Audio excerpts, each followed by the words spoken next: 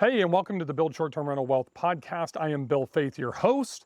And if this is your first time here, let me just introduce myself. I've been a lifelong entrepreneur, 37 startups, approaching $1 billion in total sales in all of my companies, have had 19 exits, and I've been doing short-term rentals since 2015. I currently have a $22 million portfolio that is going to yield about $1.3 million in net cash flow. That is net income. That is not gross revenue. Gross revenue on that is going to be probably around $4 million this year. And my goal in teaching you is the way that I invest is have the least amount of properties with the highest amount of cash flow and appreciation. So I want the double whammy. I want both of those. And that's how I built my portfolio all across the country, from the Gulf Coast to the Outer Banks to Montana. And what I want to share with you today is just the challenges that we are all facing in 2024, and it's affecting everybody. It's not just, you if you're struggling. And I'm gonna run through 7 components. I'm gonna tell you what the issue is, and then I'm gonna give you how you can combat that and fix that. So if you are in a negative cash flow position or not making enough profit, hopefully by the end of this, we can go ahead and fix that for you. But here's something that's super important. I need you to stay all the way to the end. If you follow me, I talk about value stacking, right? And if you miss one of these, it can impact your profit. It can impact the future. So I'm going to try to go through this as quickly as I can while providing value. I like to keep these relatively short, like under 20 minutes. This isn't going to be an hour or an hour-long video, as you can see. And most importantly, if I provide any value for you, make sure that you hit that subscribe button. I'm just going to get that out of the way. So I want to start with number 1. Number 1 is market saturation. And market saturation is basically when there is more supply than there is demand. And you hear a lot of people talking about supply and demand. But here's where hosts get this wrong when they are either looking to invest into a new market, or they are currently in the market and they think that their market saturated the entire market because they're struggling. And it starts with bedroom count.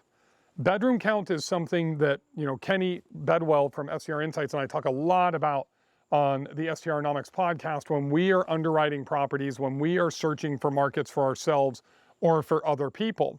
And what we have to do is we have to go do research on the bedroom counts that fit within our budget if we're in buying mode, right? So if you have $450,000 and you want to invest in the Smokies, you're probably going to be looking at 1 or 2 bedrooms.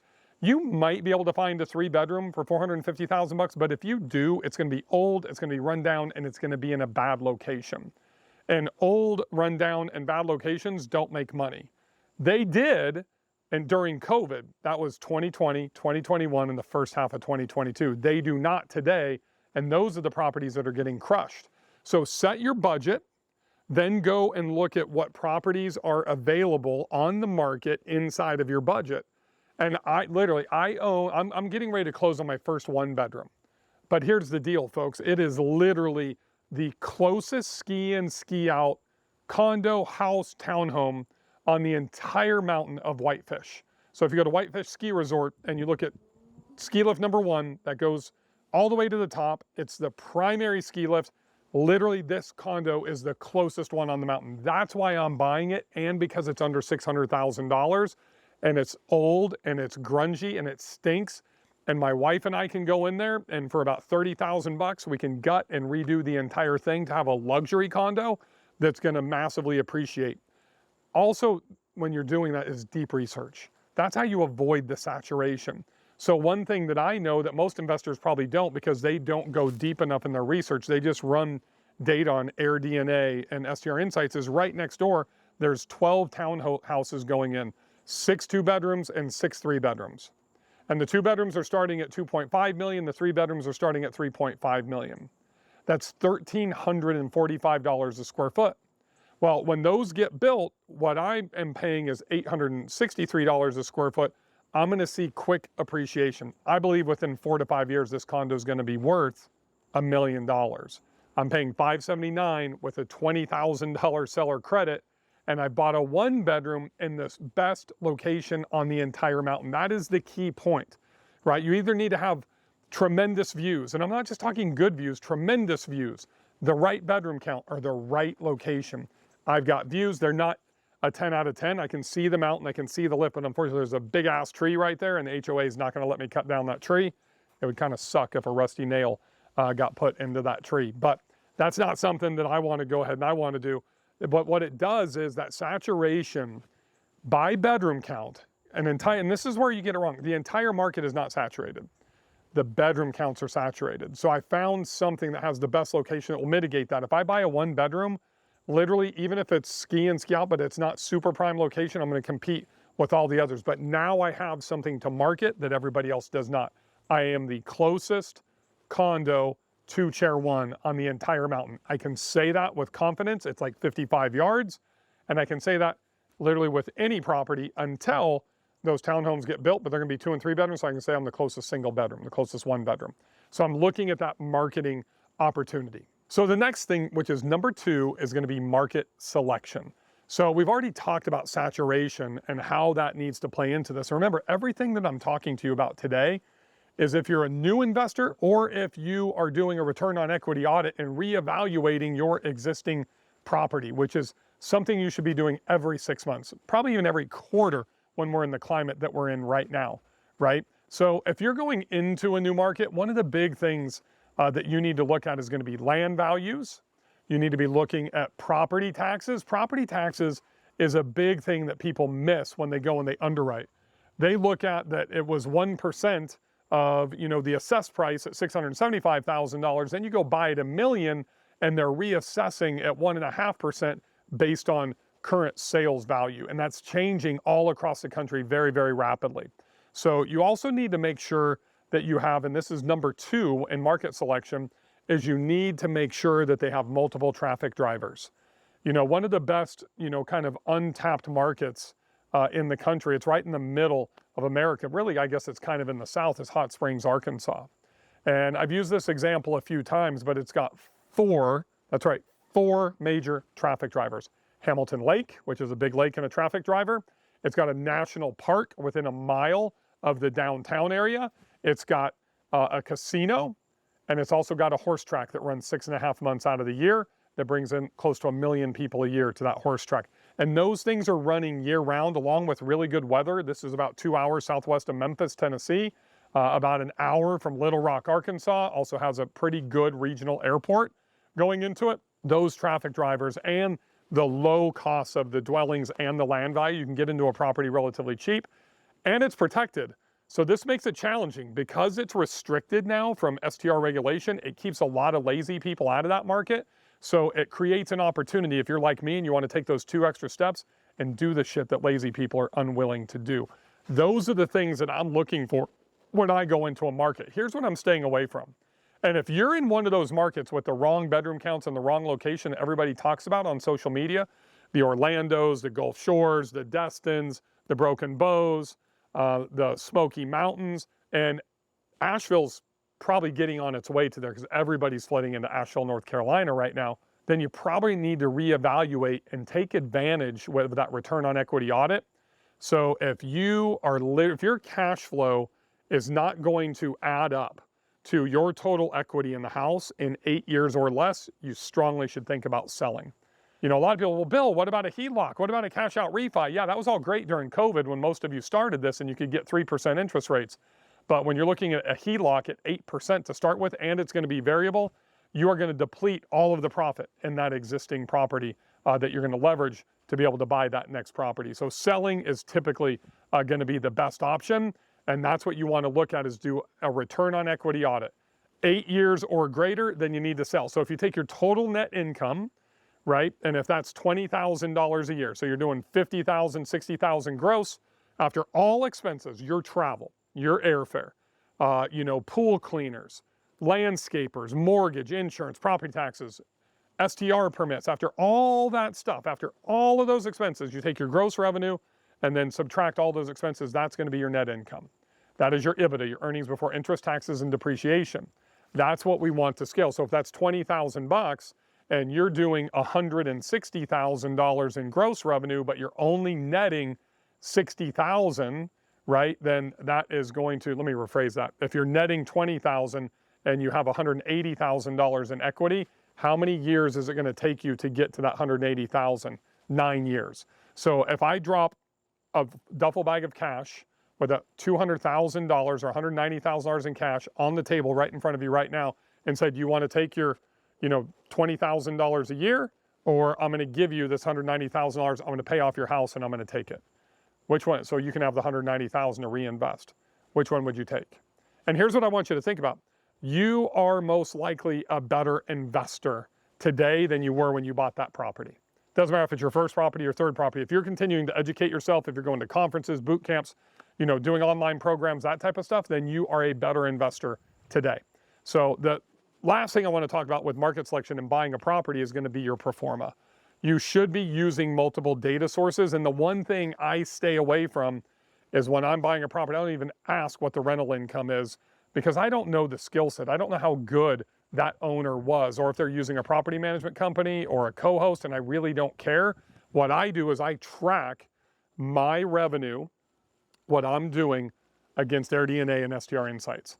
So I know that I perform at 52% above the 90th percentile of what they are showing in their data. So I can go in and run the data on a good, better, and best scenario on 52% above their 90th percentile and get really accurate data. Now, that goes into my Proforma. If you don't have a Proforma and you need help underwriting your properties, just click the link down below. I've got a free Proforma plus training for you, so that way you guys won't make any mistakes. All right, number 3 is probably something you've never heard of before. It's what I call the Kardashian Effect. So I come from a marketing and sales background. That's how I've been successful building all of those 37 businesses. Well, not successful every time, but most of the time, is because I build them on the backbone of marketing.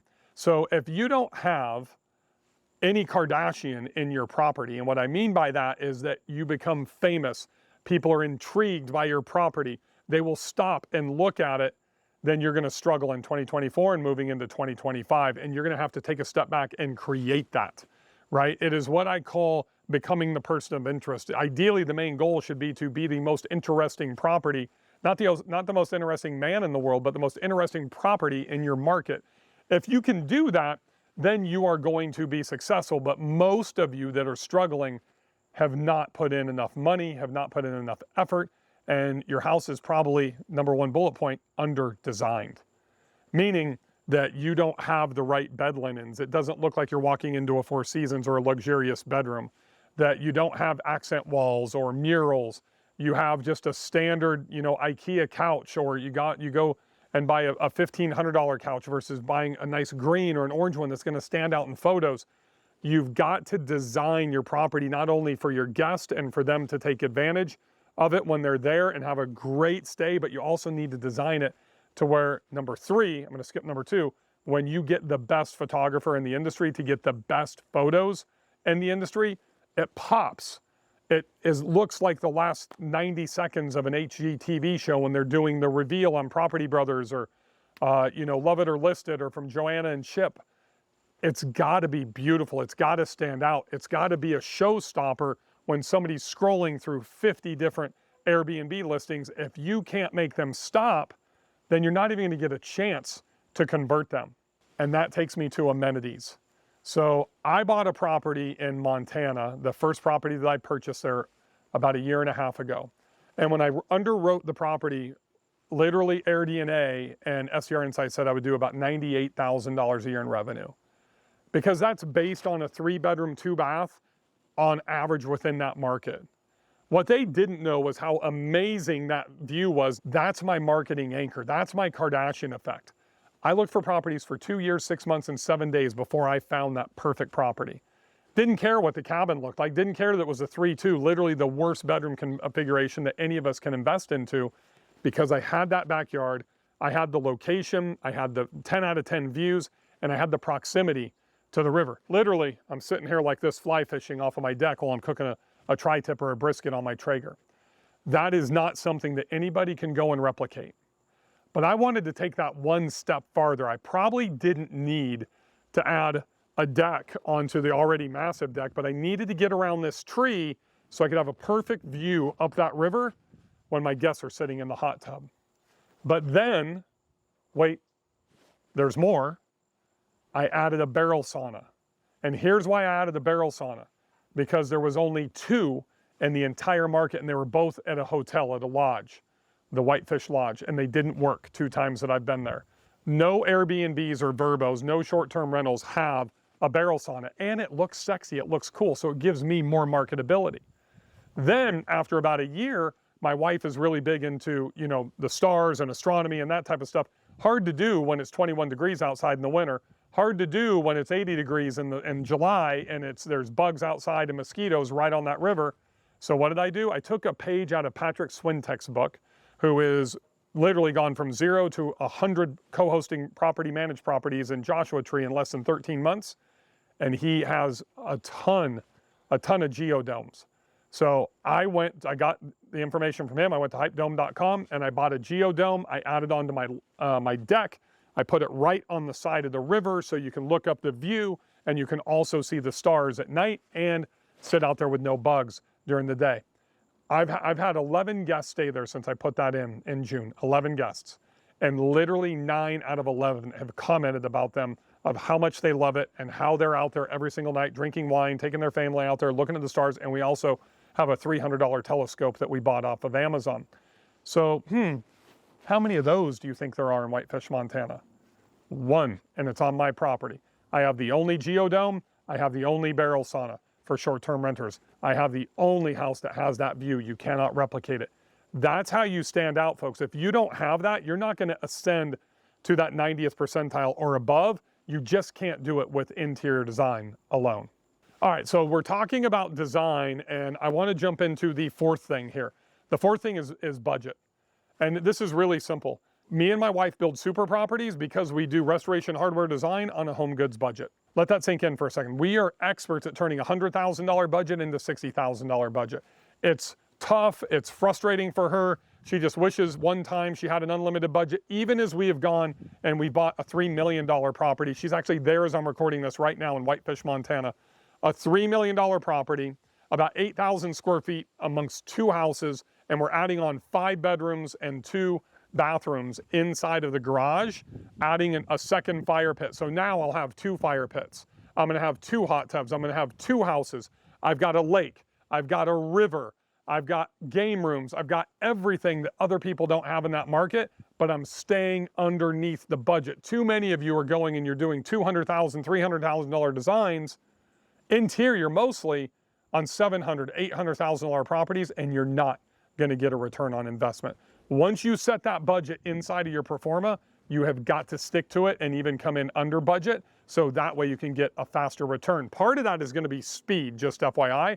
That's why in my Inner Circle program, I have a huge module just on contract to close, because you absolutely screw up your budget if it takes you 2 months to get your property launched. Think about that. If you're forecasting to buy a $500,000 property, you're gonna do $100,000 a year in revenue.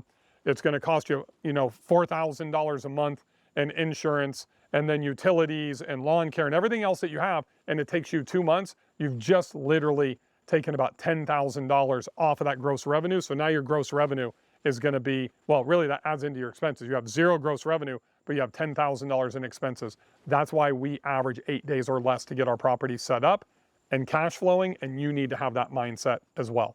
All right, here's a big mistake that you guys are making, and it's pricing.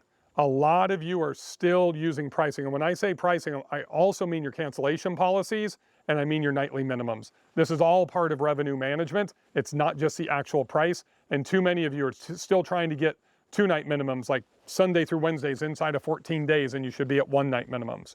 Too many of you have your presets for your low rate, your medium rate, your high rate, and Price Labs or Wheelhouse or whatever you're using, and you haven't adjusted those since 2022. You need to adjust those down.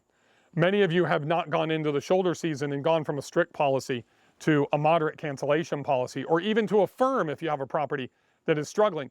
Guests are looking at all of these factors when they're making a decision on how to book.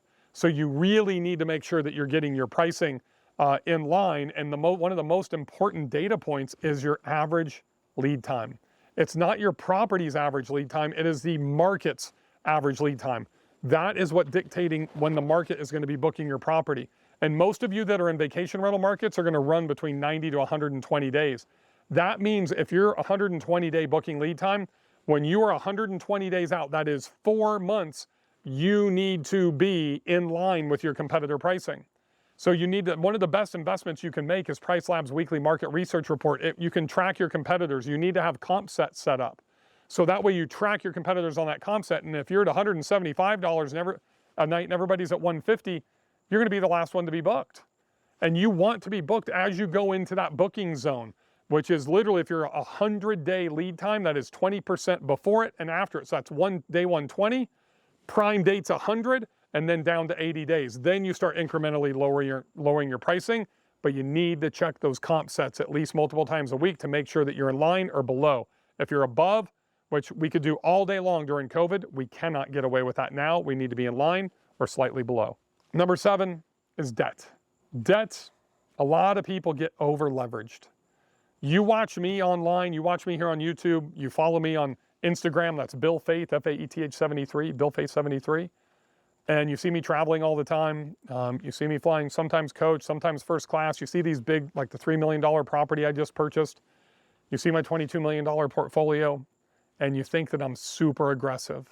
Well, I was super aggressive when I was in my early 30s and my late 20s. You know, I was Rich Dad Poor Dad, Robert Kiyosaki at that time. Today, I'm way skewed towards Dave Ramsey and very conservative. I'm trying to pay off all of my debt in the next 3 years in conjunction with my life plan. And so what I'm not doing is I'm not over leveraging. There's a reason I put $633,000 down on that $3 million property. There's a reason that I held back the extra $254,000 in cash to replenish my coffers so I can have over $1 million cash on hand to support my portfolio if times turn bad. So what happens is most of you are making mistakes when you have too much debt, you don't have enough cash flow outside of your real estate if something goes wrong, then prices drop, interest rates go up, cash flow slows down, and you panic and you sell at the absolute worst time. I literally had a call with one of my inner circle members today, this afternoon, and they have 2 properties, one in Gulf Shores, one in Broken Bow. And the one in Broken Bow is making $45,000 net a year. And they're worried about it because it's dropped in price by almost 200 grand. I'm like, it only matters if you sell.